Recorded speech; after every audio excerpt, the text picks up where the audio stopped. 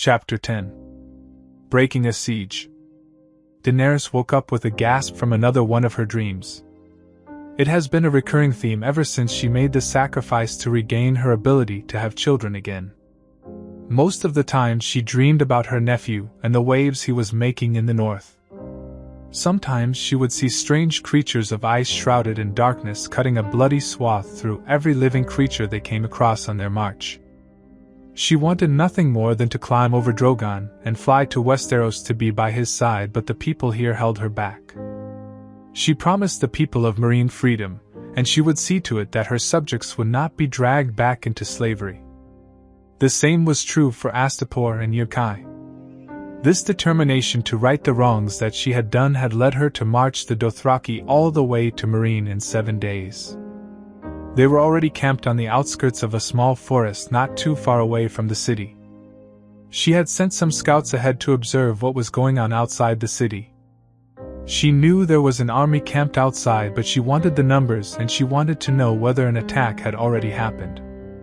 Chief among the scouts was Daeron the Worthy, and she had insisted that he go rather than stay in the camp, if only to avoid his advances. After her apparent ability to have children, she was afraid of taking any man to her bed. Kaith had said that she would have a family in Westeros, and she feared that having a relationship here in Essos will somehow destroy her chances in Westeros. She had underestimated magic once, and her son paid the price for it. While Kaith spoke clearly that Dany would have a family in Westeros, it could also be interpreted that she would never have one in Essos. So she thought that by accidentally getting pregnant in this continent would affect her chances in Westeros, which was on hindsight a load of crap, but magic was unpredictable. Witches always speak in double meanings, and she was afraid either way, especially when she found out one night that her immunity to fire was absent. Before Kaith's treatment, Dany could walk through a blazing inferno and would only feel a small warmth. But now she could only withstand the flames for a few minutes, after which her skin would be burnt. She was no longer the unburnt, and that fact was really eating her up. For so long she had believed herself to be a dragon that was set free from the yoke of her brother Viserys. Her immunity to the flames was the reason that she believed herself to be special, and now that ability was lost to her. It was really a blow to her confidence, and if it wasn't for Drogon, then she would have seriously lost her wits. Then the constant dreams about her nephew was also a contributing factor to her recent lack of confidence. The ease at which her nephew dealt with his enemies frankly spooked her, and was a blow to her pride. While she had taken cities and made her enemies suffer, her nephew had turned his enemies into his strongest supporters. She had seen the way he dealt with the Umbers and Karstarks. It was truly brilliant, and at the same time dealt a massive blow to the Boltons. Even now her nephew was playing the Boltons by amassing a huge gathering of wildlings at Last Hearth. While the Boltons would expect an attack from the north, her nephew was to the east. All his movements were carefully planned and meticulously executed with foresight that she wished she had. Watching her nephew plan the attack on the Boltons had made her think about her own strategy. While taking control of the Dothraki Khalasar was a smart move, she should have truly pointed them at a better target, Volantis. She didn't truly need the entire Khalasar to travel with her to Meereen, as Drogon alone could lay waste to an army. She should have used the Dothraki to attack Volantis while she took Meereen. That way she could have easily swooped in on Volantis right after Meereen, but now because of her decision, the war between Volantis and Meereen will drag on. She couldn't really afford that to happen, as that would delay her trip to Westeros. The only way she could see the war to an end was by making a deal with the army camped outside the gates of Meereen. But the question was, how would she go about it in the first place? She can't just go and ask whoever that was leading the army to join with her on the fly. She needed advice, and she knew just who to turn to. Dany opened the flaps of her tent, startling the guards. It was early in the morning and first light had yet to kiss the land, but her guards were very alert. She turned to Vorno, who she had chosen to be her blood rider from this Khalasar. Summon Jorah Mormont. Tell him that his Khaleesi needs advice. Yes, Khaleesi. Vorno placed his fist on his chest and went about to bring Ser Jorah. A few minutes later Ser Yora was by her side, but he kept his distance from her because of his affliction. Her sworn knight had to be isolated at the far end of the camp so as to ensure the grayscale won't spread among the Kalasar. "My queen, how may I serve?" Ser Yora asked as he took his position beside her. "I am in need of your advice, Ser Yora. I would like to leave for Westeros as quickly as possible, but I have 3 cities to pacify and Volantis must be taught a lesson. The only way forward to end the war as quickly as possible is by ensuring the army outside Meereen to fight for me. How do I do that? The armies of free cities are Sel's words, Your Grace. They fight for the riches that are promised to them. If they must come to your side, their employer must be dead, or they should come to realize they are fighting a losing battle, and with your dragon you can make them realize the hopelessness of standing against you." Ser Yora gave his counsel, but Dany just shook her head. "But using Drogon will kill all of them. I want their services to free Astapor and Yunkai.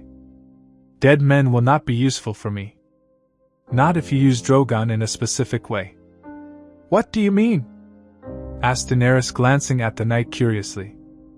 "What would be the most precious things for an army that is preparing to siege a city?" Ser Yora asked instead of giving her a direct answer. "They must have men, food and weapons. Yes, they need all of that. But for a siege to have any sort of success, especially against a city like Meereen, then they must have siege weapons.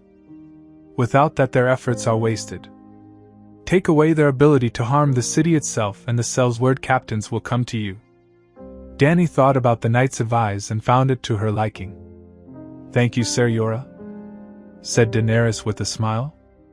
Ser Yora may have betrayed her trust in the past, but he was still someone she trusted. Probably that's why it hurt the most when it was revealed that he was a spy. He was making up for it, and she intended to ensure he lived and not lose him to grayscale. All the more reason for her to restore order to Meereen. "Happy to help, Your Grace." Tyrion nursed a headache, and it was not one that was easily dispatched. 2 jugs of wine had yet to cure his headache, so he pretty much knew that he will have to just bear it for the rest of the day. Once again he was stuck inside a city that was about to undergo a siege. This was his 2nd siege, and this time he didn't have Podrick or Bronn by his side. While he was relatively safe inside the Great Pyramid surrounded by 4,000 unsullied, he didn't believe that would last. All of this could have been avoided had he managed to convince the tattered prince to switch sides. Sadly he failed, but he managed to at least buy 2 more days for Ser Barristan. Tyrion didn't think 2 days would make much of a difference, but it was better than nothing. Before venturing into the command tent of the tattered prince, Ser Barristan had warned him not to put too much hope in succeeding to secure a truce. While he had listened to the advice of the old knight, failure still left a bitter taste in his mouth. The information Varys provided was spot on, and the tattered prince indeed desired Pentos. The only problem was that the guy was not that much worried about the son of a Pentosi magister sitting on the Iron Throne. From there on the negotiations went downhill. The narrow sea sits between Pentos and Westeros. "Tell me, dwarf, in the long history of Westeros, how many kings have waged war upon free cities of Essos?" The tattered prince asked with an amused smile. "Well, there was the instance where Prince Daemon Targaryen lay waste to the fleets of the Triarchy," said Tyrion. "Yes, which happened only because of a dragon, and let's be honest here, Westeros is a pile of rubble right now. Even if the Blackfyre boy somehow manages to win the throne, it will be nigh impossible to hold it.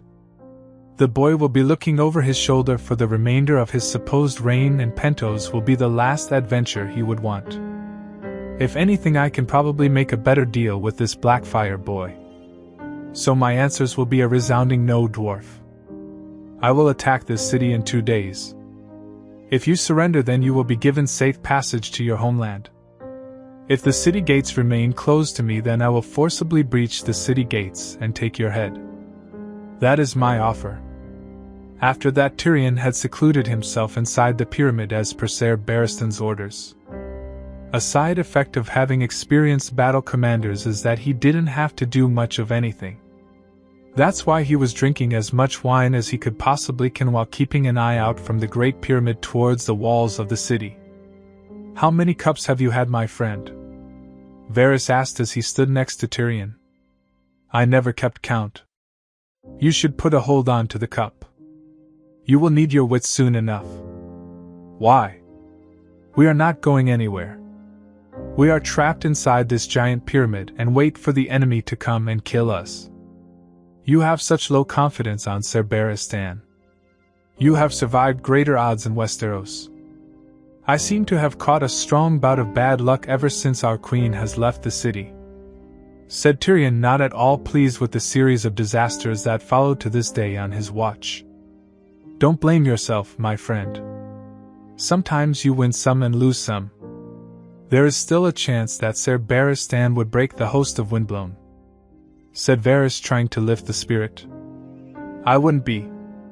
Tyrion paused as a horn blew from the south side of the city. Once more the horn blew, which keyed them on that an enemy has been spotted. The bells began to ring all across the southwest part of the city. "That was from the south. The sea," Varys exclaimed, and together they ran around the corridor until they found a window with a view of the sea. Tyrion quickly dragged a chair by the window and climbed himself over unsteadily. He was just about to fall, but Varys quickly steadied him. As his eyes took in the scene before him, he gulped nervously. The usually vacant Sea of Marine was now filled with ships as far as his eyes could see. Rows and rows of ships stretched across the sea, and he knew they were not here for a friendly visit. The siege just took a bleak turn, and he wished for some miracle to happen. Barristan barked orders to the men under his command left and right to secure the walls of Marine. When he had learned the tattered prince had refused peace terms from Tyrion, he was not surprised. Although, a small part of him hoped that there was still a chance for a negotiated peace, especially when the tattered prince had agreed to a 2-day truce for discussing the offer with his men. But right now, as he listened to the bells ringing in the city, and the news of a fleet fast approaching, he berated himself for not seeing this sooner. He should not have taken stock of promises made by a Sellsword, much less the captain of the Windblown. If he squinted his eyes a little, he could make out the siege engines behind the enemy lines. Soon the trebuchets would be employed and the city would suffer numerous losses.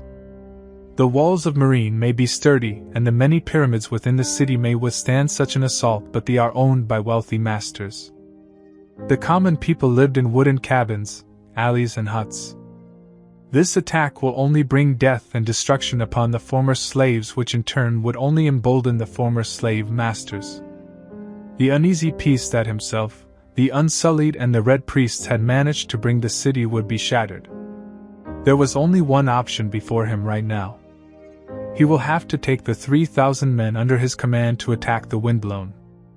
If he was lucky, he might be able to kill the tattered prince and inflict as much damage on the siege engines.